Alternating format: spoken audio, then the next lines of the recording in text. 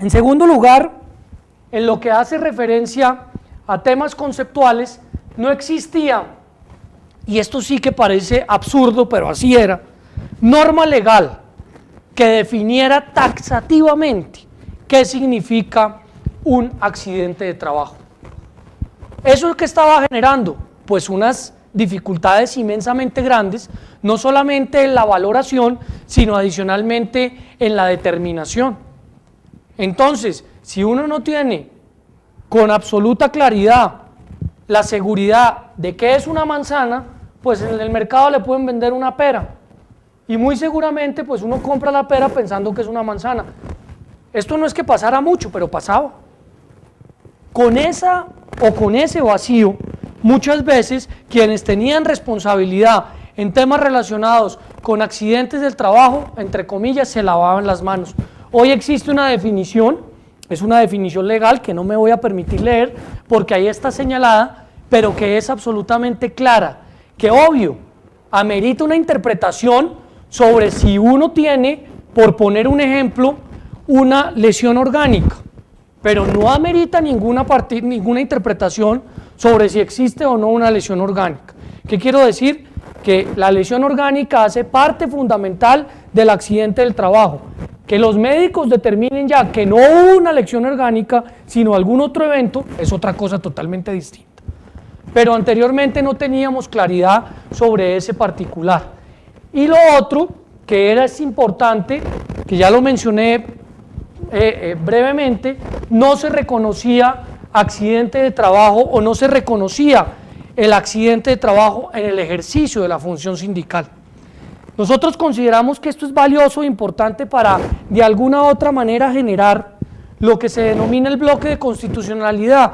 La Constitución señala que las personas que pertenecen a una organización sindical tienen no solamente el derecho a tener un fuero, el derecho a ejercer una huelga, el derecho a tener una negociación colectiva, sino también deberían poder tener, como lo señaló la ley, la posibilidad de generar protección en riesgos laborales, incluso mediante las actividades que la norma, el Código Sustantivo en particular, señala en ejercicio de la función sindical, y subrayo, aún en permiso o fuera de la funcionalidad propia de su ejercicio contractual. Esto es muy importante. Hemos tenido una gran discusión en estos momentos con diferentes actores sobre la posible reglamentación de este artículo, porque algunos señalan que no debería cobijar bajo ninguna circunstancia la posibilidad del cubrimiento de un accidente laboral de una persona que pertenece a un sindicato si está afuera cumpliendo, por ejemplo, labores de secretaría sindical. Hay otra tesis contraria que señala que por supuesto que lo debe cubrir en virtud de la realización de sus funciones y de su trabajo. También, aunque parezca curioso, no existía en la norma vigente definición expresa, definición taxativa sobre lo que es una enfermedad laboral. Hoy la ley señala esta definición de manera clara, determinando que la enfermedad laboral es la contraída como resultado de la exposición a factores de riesgos inherentes a la actividad laboral o del medio de trabajo, conforme a la tabla de enfermedades que define el gobierno nacional, o de la causalidad existente entre la patología y los factores de riesgos ocupacionales. Qué gran contrato está ahora en discusión si se prorroga o no se prorroga. Un contrato inmenso, cerromatoso. Muy seguramente, si hubiera existido esta definición en su momento, quienes alegan tener unas enfermedades de carácter profesional en este instante, pues no las tendrían o ya las tendrían repuestas si existiera una definición de esta índole. Hoy en día la ley contempla una definición en lo que hace referencia a enfermedad laboral y permite que haya una seguridad jurídica mucho más grande, no solamente para el empleado, sino también para el empleador en determinar cuáles son los factores de riesgo. Claro, que el gobierno nacional tiene una responsabilidad en lo que hace referencia a la reglamentación, sí, y la va a ejercer, como la ha venido señalando en actividades de alto riesgo o como la ha venido señalando en enfermedades.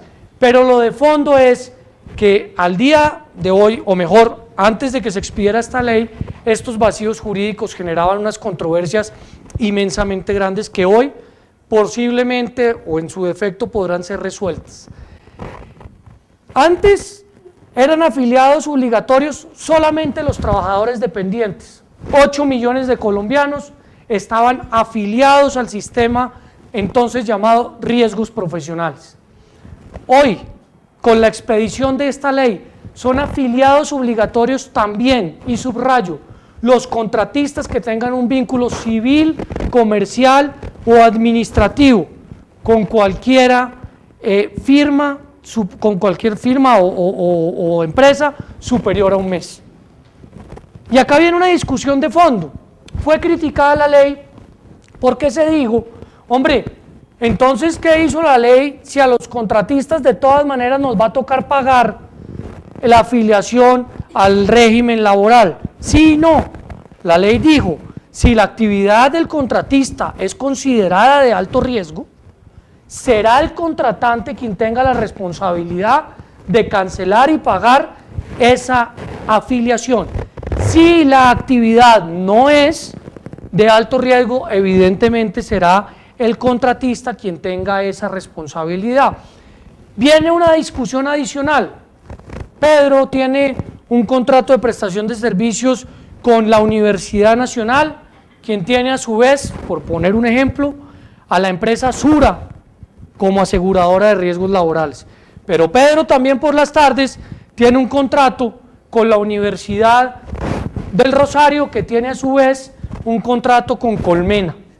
Entonces a Pedro le va a tocar tener dos aseguradoras de riesgos laborales, o en su defecto las universidades van a tener que afiliarlo a dos aseguradoras de riesgos laborales. No, está a puertas de emitir la directora, la doctora Andrea Torres, un decreto que firmará el presidente después de hacer las consultas que tenemos la obligación de hacer con los actores tripartitos sobre cómo debe establecerse eso, o mejor, cómo debe evitarse esa multiafiliación para que sea efectivo.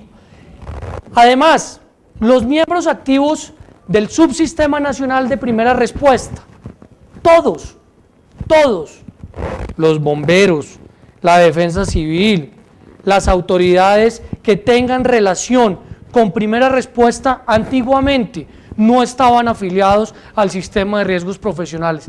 Hoy tendrán que estarlo. ¿A cargo de quién? A cargo del empleador. En tercer lugar, y ojo con esto, afiliación obligatoria a los estudiantes cuyo entrenamiento o actividad formativa es requisito para la culminación de estudios. Sobre todo en las empresas donde se dice, hombre, allá hay un practicante que quiere terminar rápido su estudio, venga y lo contratamos y que nos ayude. Bueno, contrátelo, pero contrátelo con afiliación, porque así lo señala la ley y bajo ninguna circunstancia podrá dejarlo de hacer, so pena de poder ser sancionado. No te vayas un segundito. ¿Qué quiero decir con esto? Que evidentemente, ya con mucho gusto te doy la palabra, que evidentemente hay una serie de componentes adicionales, unos con cargo al empleador y otros no. Y en eso es bien importante dejar claridad, pero adicional a eso, hay uno que no está mencionado taxativamente, lo vamos a ver más adelante cuando hablemos de BEPS, que es el que pertenece al círculo o en su defecto al segmento de la informalidad. Además de que es informal un ciudadano, hasta hace menos de 7 meses, si quisiera, no podría nunca tener un seguro para la vejez, porque la ley le decía, no señor, solamente podrán cotizar quienes ganen más de un salario mínimo. Y ni qué hablar de un riesgo laboral, solamente podrá tener riesgos laborales quien cotice para pensión.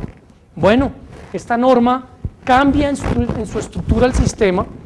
Me dirán, pero si una persona no tiene para subsistir, mucho menos va a tener para cotizar, pero ahí es donde yo les menciono como contraparte, o mejor como contraargumento, el Estado va a provisionar, en el caso de pensiones, unos recursos propios para equilibrar el aporte y en el caso de riesgos profesionales va a utilizar el ahorro de cientos de miles de colombianos que en estos momentos asciende a una cifra importante en la estructura. Por favor.